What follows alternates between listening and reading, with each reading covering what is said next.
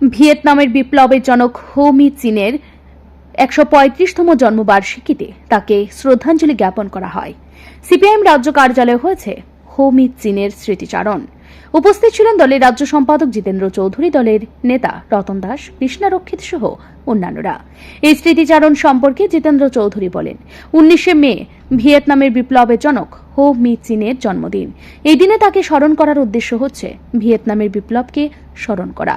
তিনি একা এই বিপ্লব করেননি, তার পেছনে ছিল লক্ষ লক্ষ মানুষ, কিন্তু তিনি এই সব মানুষকে নিয়ে বিপ্লব করেছেন।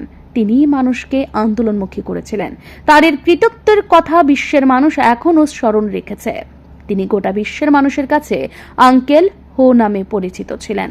ভিয়েতনামের এই বিপ্লব শুধুমাত্র সেই দেশের মানুষকেই সুবিধা দেয়নি, গোটা বিশ্বের মানুষ এর সুবিধা কোনো না কোনোভাবে ভোগ করেছেন।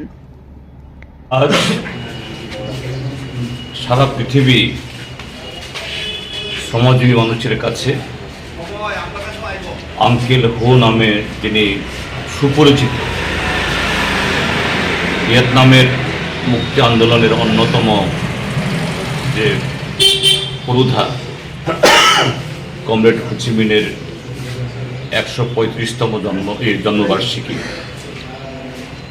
আজকের এই দিনে তার জন্মগ্রহণ হয়েছে।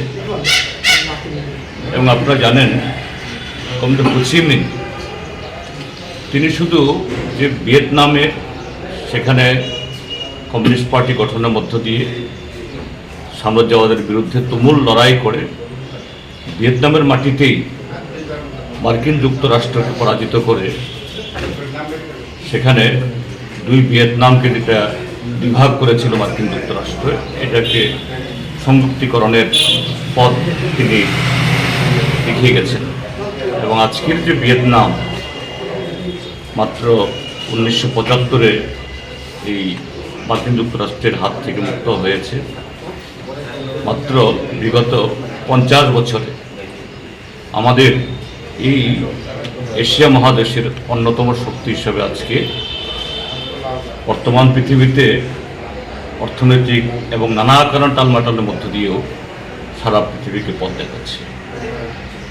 কমরেড হো চি মিনকে শুধু ভিয়েতনামে। ব্যুরো রিপোর্ট, ঋদ্ধি নেটওয়ার্ক।